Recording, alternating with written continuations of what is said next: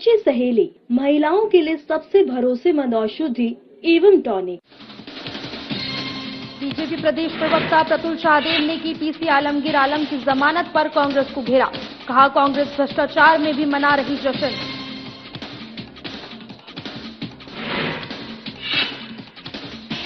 झारखंड के पूर्व मंत्री माधवलाल सिंह का निधन, अस्पताल में इलाज के दौरान ली अंतिम सांस। माधवलाल के निधन से इस क्षेत्र में शोक की लहर।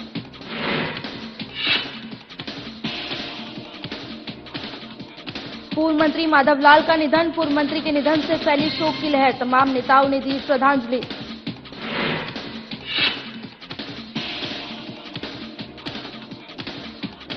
सरायकेला में नशा मुक्ति को लेकर जागरूकता अभियान, छात्र छात्राओं के बीच विशेष जागरूकता अभियान। पूर्व डीडीसी ने की कार्यक्रम की सराहना। जमशेदपुर में 140 एटीएम गार्ड को सताने लगी नौकरी की चिंता। एटीएम गार्ड ने कंपनी के खिलाफ किया विरोध प्रदर्शन। सरकार से लगाई न्याय की गुहार।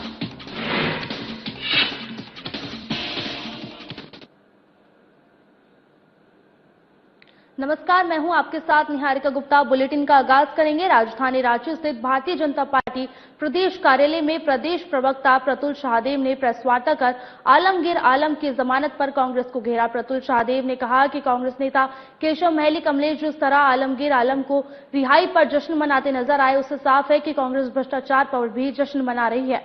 उन्होंने आरोप लगाया कि आलमगीर आलम करीब 3200 करोड़ रुपए के घोटाले के मामले में जेल गए थे और अब केवल ट्रायल शुरू नहीं होने की वजह से उन्हें जमानत नहीं मिली है। उन्होंने कहा है कि आलमगीर आलम किसी क्रांति के कारण जेल से बाहर नहीं आए हैं, बल्कि भ्रष्टाचार के गंभीर आरोपों के बीच उन्हें बेल मिली है। प्रतुल शाहदेव ने दावा किया कि जब केंद्रीय एजेंसियों ने छापेमारी की थी तब उनके नौकर के घर से करीब 3200 करोड़ रुपए नकद बरामद किए थे। उन्होंने सवाल उठाया कि आखिर ये पैसा किसका था। बीजेपी प्रवक्ता ने आरोप लगाया कि ये पैसा झारखंड के ग्रामीण विकास और आदिवासी कल्याण के लिए था, लेकिन कांग्रेस नेताओं ने उसमें घोटाला किया। उन्होंने कहा कि कांग्रेस महात्मा गांधी के नाम पर राजनीति करती है, लेकिन भ्रष्टाचार के अपराधियों की रिहाई पर जश्न मनाकर अपनी असलियत दिखा रही है।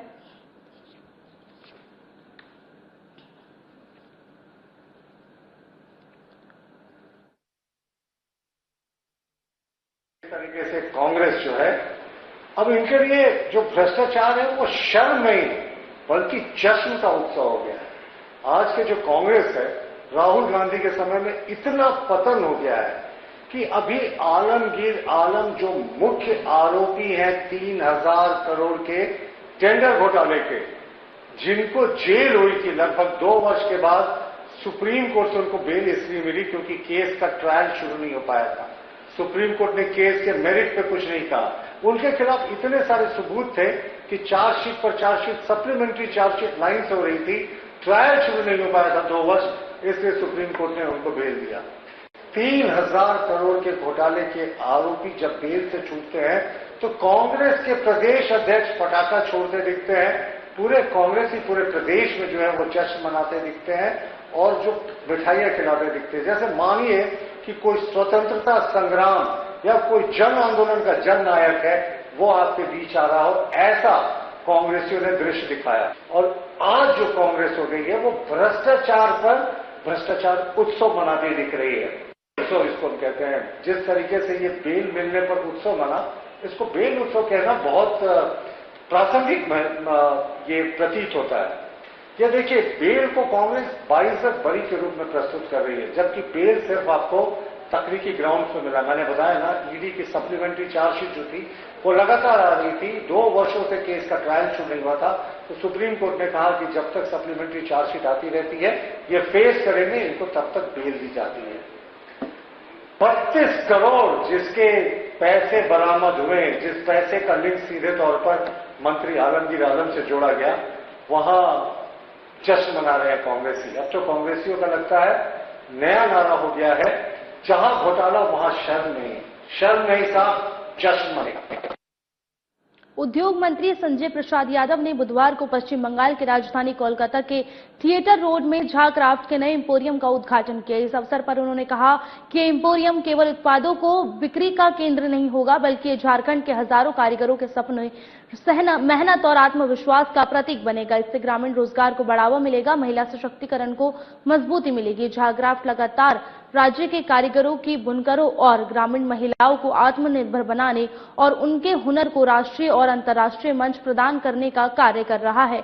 जहां क्राफ्ट के नए एम्पोरियम का उद्घाटन कोलकाता जैसे सांस्कृतिक और ऐतिहासिक नगर में होना महत्वपूर्ण उपलब्धि है।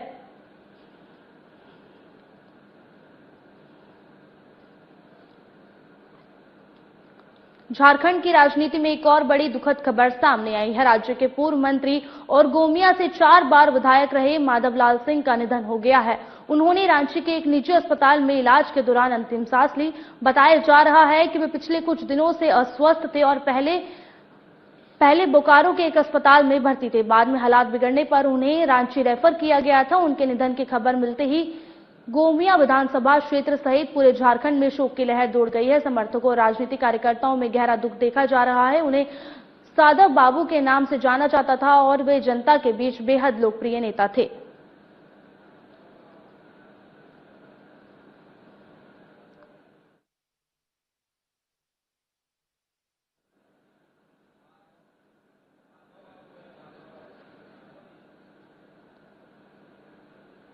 उन्हें माधव बाबू के नाम से जाना जाता था और वे जनता के बीच बेहद लोकप्रिय नेता थे।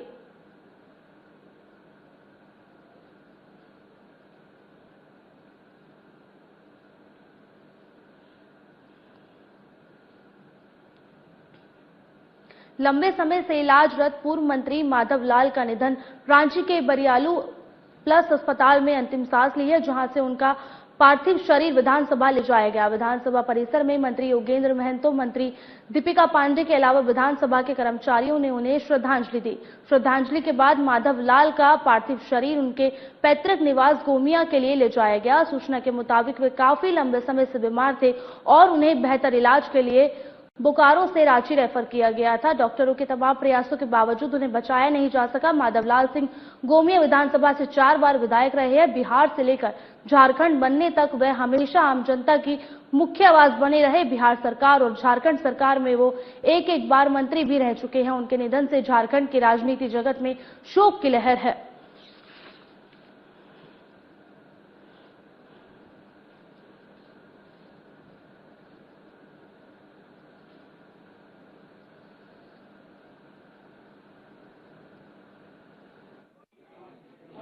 गोमिया ही नहीं बल्कि पूरे राज्य के लिए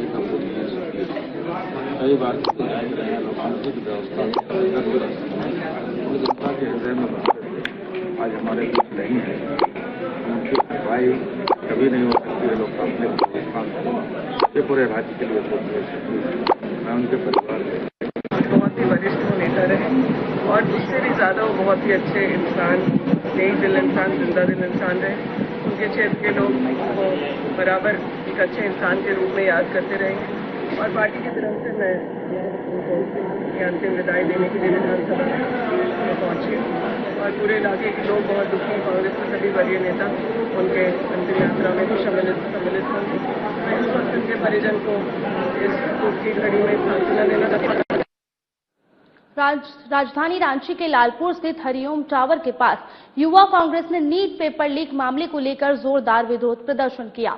इस दौरान कार्यकर्ताओं ने केंद्र सरकार, शिक्षा मंत्रालय और एनटीए के खिलाफ जमकर नारेबाजी की। बड़ी संख्या में जुटे युवा कांग्रेस कार्यकर्ताओं ने आरोप लगाया कि नीट परीक्षा में पेपर लीक होने से 22 लाख से अधिक अभ्यर्थियों का भविष्य प्रभावित हुआ है। उनका कहना है कि आखिर बार-बार परीक्षा पेपर लीक कैसे हो रहे हैं, इसका जवाब सरकार को देना चाहिए। प्रदर्शन के दौरान युवा कांग्रेस नेताओं ने कहा कि 2018-19 के बाद लगातार कई प्रतियोगी परीक्षाओं में पेपर लीक के मामले सामने आए हैं।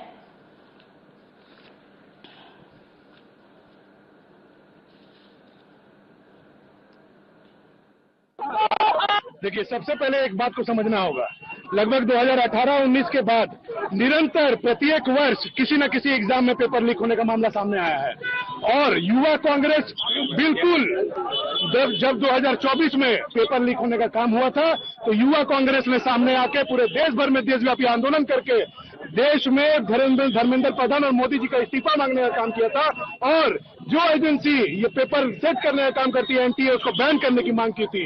तो कहीं ना कहीं नेशनल जो आपका टेस्टिंग एजेंसी है एनटीए, उसको बैन करना चाहिए। आज 22 लाख 23 लाख छात्र सिर्फ नहीं है, 2024 से कितने ऐसे छात्र जो वंचित रह चुके हैं। इस सरकार को यही संदेश देना चाहते हैं 22 लाख अभ्यर्थी, उनके भविष्य के साथ खिलवाड़ क्यों हो रहा है। ये सवाल पूरे शिक्षा मंत्री और प्रधानमंत्री के सवाल का जवाब युवा कांग्रेस लेकर रही है।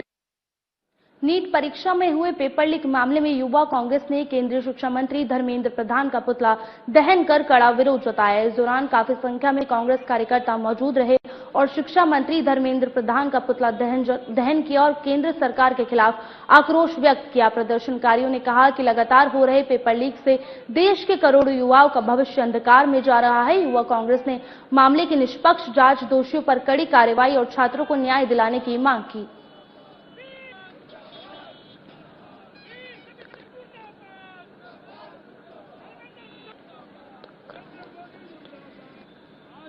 युवा कांग्रेस साक्षी के गोल चक्कर में उपस्थित हुआ है।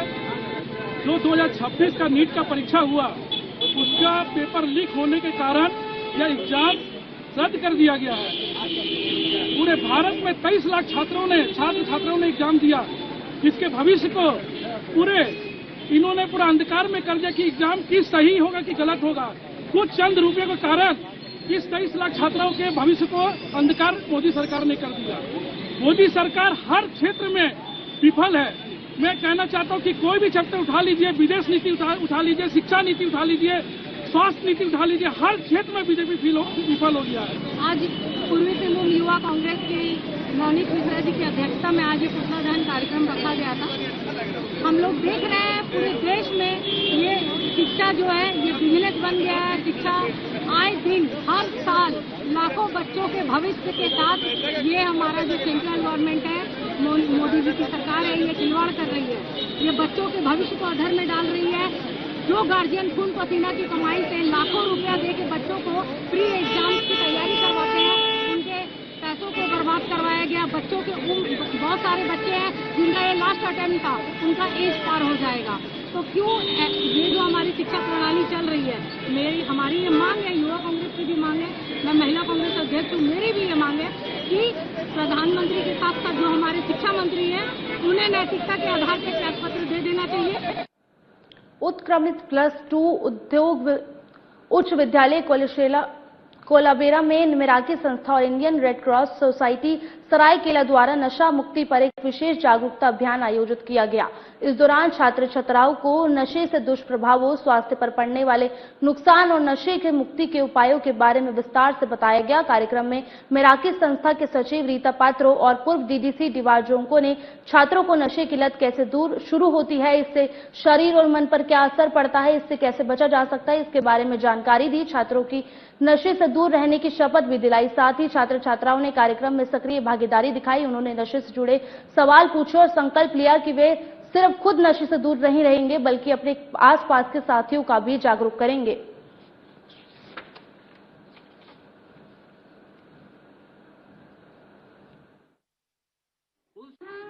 क्या कहना चाहेंगे? बहुत चीज छूट गया पीछे का जिंदगी में। क्या कहना चाहेंगे? हाँ जी, सभी को जोहार।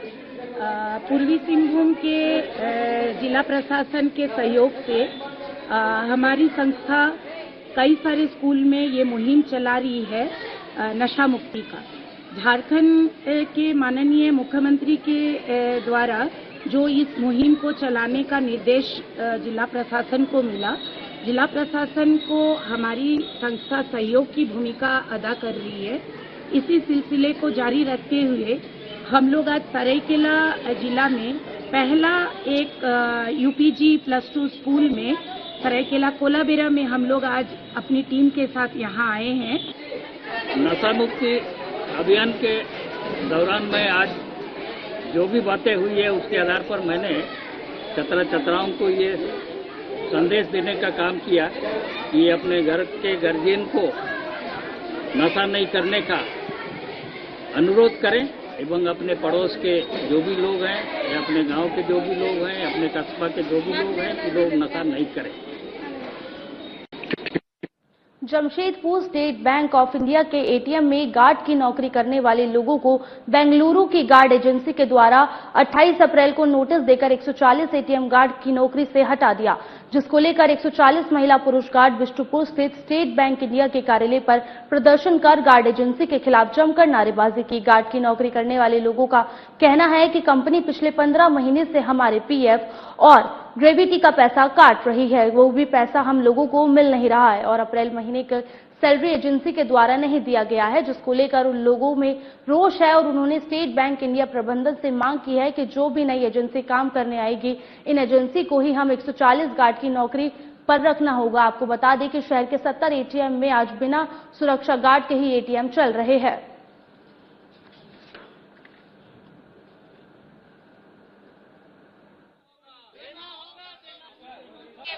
कंपनी से बैठा दिया गया है, इसलिए बिना नोटिस से बैठा दिया गया। हम लोग बहुत परेशान है, 140 गार्ड को बैठा दिया गया है। अब आगे के लिए कैसे? कोई पैसा नहीं दे रहे हैं। कितने दिन से काम कर रहे हैं? सब 10 साल से काम कर रहे हैं, 140 गार्ड है और हम लोग को बिना बोल के हम लोग को बैठाया गया है। और अभी बोलता है हम लोग को आरएम सर की नहीं बैठाया। क्यों नहीं बैठाएगा? हम इतने दिन से हम लोग को कोई हक नहीं है, बिना बोल के हम लोग को बैठा दिया जाएगा। हम लोग को ड्यूटी चाहिए, हम लोग जाएंगे, हम लोग को जो हक हम सब लेके रहेंगे। दिया जा रहा था 500 का रेट से। अब बताइए, ये सब में लेकर के बहुत बार इनको बोले मगर इसने कोई एक्शन नहीं लिया और लास्ट में कॉन्ट्रैक्टर के लोग भगा दिए पला झाड़ने के लिए। कौन सा कॉन्ट्रैक्टर था? WWSO, जो सर बेंगलोर का कंपनी है, बेंगलोर में ही पीएफ जमा करती है, बेंगलोर से हैंडल करती है। यहाँ पे उसका कुछ नहीं है, नहीं ऑफिस नहीं है। अब ये लोग क्या किए कि फेक बिल पे लोग साइन करते गए। पीएफ वाला जो भी स्लिप दे रहे थे वो फर्जी था, ओरिजिनल बिल नहीं था। अगर ओरिजिनल रहता तो हमारा पीएफ जमा रहता। शहर और आसपास के ग्रामीण इलाकों कोल्हान क्षेत्र में पेट्रोल डीजल की कमी के कारण अफरा तफरी मची हुई है। कई पंपों पर नो स्टॉक बोर्ड लगे हैं, जबकि खुले पंपों पर सीमित सप्लाई किया जा रहा है। खासकर ग्रामीण क्षेत्रों में पोटका, पटमदा और शहर में सक्रिय पंपों पर लंबी लंबी कतारें लग रही है, जिससे ट्रैफिक जाम भी हो रहा है।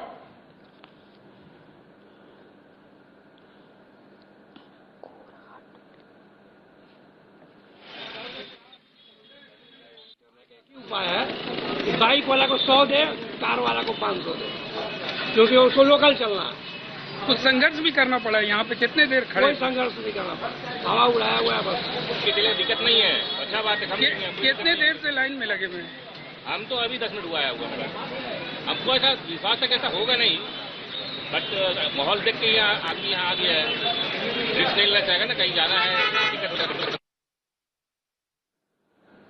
राजधानी रांची के सदर थाना क्षेत्र स्थित खोरहा टोली रोड नंबर 1 में 9 मई से शाम से लापता 18 महीने की मासूम अदिति पांडे का मंगलवार देर शाम तक कोई सुराग नहीं मिल सका। बच्चों की तलाश में पुलिस, एनडीआरएफ और एफएसएल की टीम लगातार जुटी हुई है। इसी बीच गाड़ीगांव और लोवा डीरू सीमा के पास नाले किनारे बांसुरा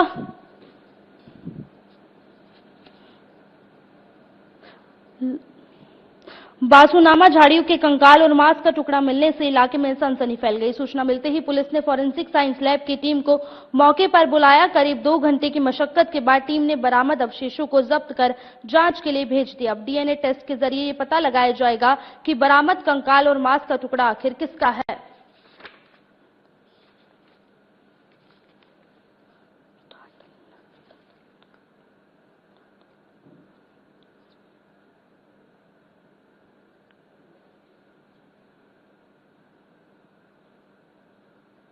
डाल्टनगंज शहर के बस स्टैंड क्षेत्र का है, जहां वर्षों से फल और सब्जी पर थोक व्यापार करने वाले व्यापारी अब अपने भविष्य को लेकर चिंतित नजर आ रहे हैं।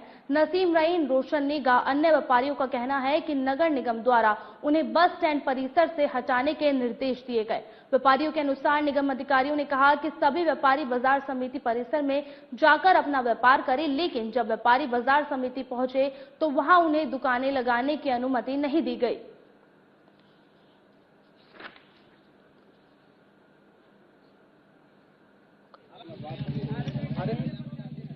ये थोक फल सब्जी के विक्रेता के सब मतलब थोक व्यापारी लोग हैं, ठीक है ना।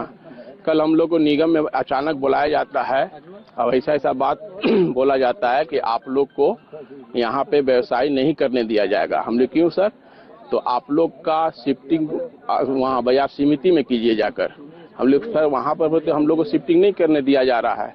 बहुत पहले भी हम लोग वहाँ आवेदन दिए थे, तो नहीं, निगम के द्वारा आप लोग का शिफ्टिंग वहाँ पे किया जाएगा। तो हमने ठीक है, तो आप हमको लिखित दीजिए। तो बोले लिखित नहीं देंगे, लेकिन हम लोग आप लोग के साथ चलेंगे। सिटी मैनेजर हो या उप नगर आयुक्त हो, जो भी थे, उन्होंने बोला। लेकिन अभी तक हम लोग यहाँ पे तकरीबन 8 बजे सुबह से आए हैं, लेकिन अभी तक उन लोगों का कोई पता नहीं है। अच्छा नौबत आ गया है कि हम यहाँ बाजार समिति में खड़ा है। तो हुआ क्या कि कल नगर निगम का आदेश आया था कि सब्जी विक्रेता, फल विक्रेता जितना भी है, समिति में चलना है। आकर के यहाँ जो बोर्ड से आदेश हुआ, आदेश पारित किया, नगर निगम के बोर्ड से आदेश पारित किया गया है कि सभी को बाजार समिति में आना है। और बात ये भी हुआ था कि आप लोग समिति चलिए, निगम का भी जो है आदमी मतलब अफसर जो है साथ में रहेंगे। हम लोग तो बाजार समिति में आके खड़ा है। जितना बोला गया था खूंटा खंभा गाड़ने के लिए अपना अनुसार से हम लोग कर रहे थे, लेकिन इस बीच समिति का आदमी आकर के यहाँ बवाल खड़ा किए। तो हम लोग निगम के आदमी से भी बात कराए कि हम लोग का जो आदेश है निगम के अनुसार हम वही कर रहा है। ये है फल सब्जी थोक विक्रेता संघ का, और ये बार बार हम लोग के साथ गलत व्यवहार किया जाता है। सब्जी पहले विष्णु मंदिर पे बिका करता था, वहाँ से हटा करके बस स्टैंड में किया गया। फिर एक बार जिला स्कूल में कोरोना के समय में किया गया था। फिर शिवाजी फील्ड में कोरोना के समय में ही सब्जी वाले लोगों को किया गया था बिक्री के लिए। तो ये बार बार फल सब्जी वाले लोगों को इधर से उधर कर किया जाता है, और हम लोग बराबर इस चीज का शिकार होते हैं। हम लोग का कच्चा व्यवसाय है, तो हम लोग कहाँ जाएं? हम लोग फल और सब्जी और आलू प्याज की अड़तिया जो हैं शहर के मेन है ना, तो हम लोग को अस्थाई जगह नहीं मिल पा रहा है, जिसकी वजह से बहुत सारी शहर में दिक्कत आ रही है। सुना तो कहना सिर्फ इतना ही है कि जितना जल्द से जल्द हो सके हम लोग को एक अस्थाई जगह दिया जाए। समस्या यही है, कल हम लोगों को नगर निगम में बुलाया गया कि आप लोगों को सरकारी बस डिपो में खाली करना है।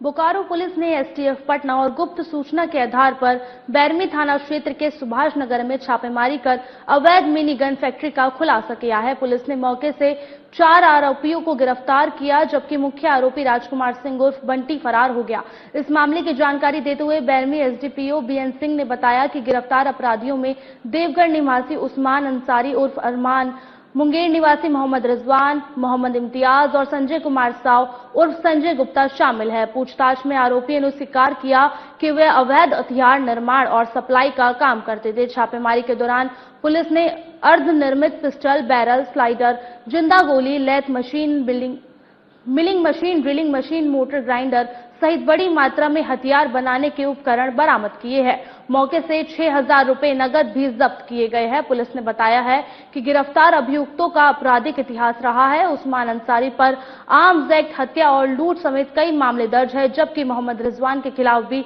मुंगेर के कई आपराधिक कांड दर्ज है। वहीं फरार आरोपियों की गिरफ्तारी के लिए पुलिस लगातार छापेमारी कर रही है।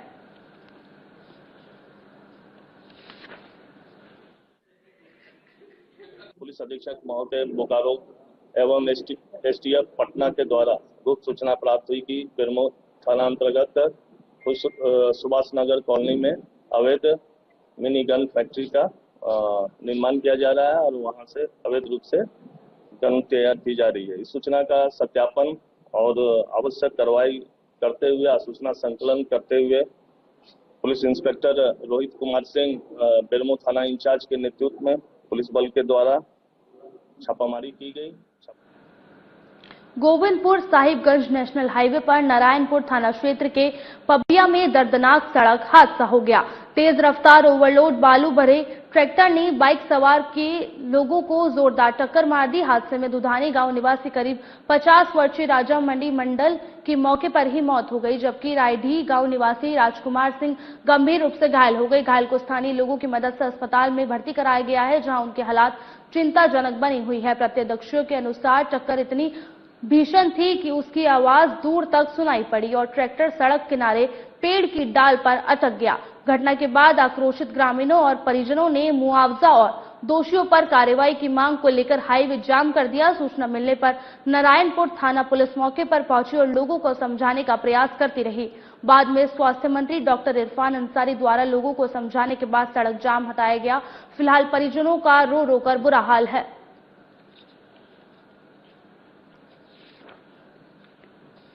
मोटरसाइकिल से आए थे मोड़ में, बबिया मोड़ में, और रजामनी नाम है इनका, दुधानी के रहने वाले हैं। और एक अज्ञात वाहन जो ट्रैक्टर हम लोग जो देख रहे हैं, अवैध बालू का कारोबार कलरे से चल रहा है। इस रोड में करीबन लगभग 200 से 500 ट्रैक्टर डेली आवाजाही हो रहा है, लेकिन प्रशासन अभी सोई हुई है और इस तरह का मासूम पर जान लिया जा रहा है। बालू के माध्यम से अवैध बालू का कारोबार एकदम धल्ले से चल रहा है इस रोड पे। आप देख सकते हैं किस तरह का घटना हुई है।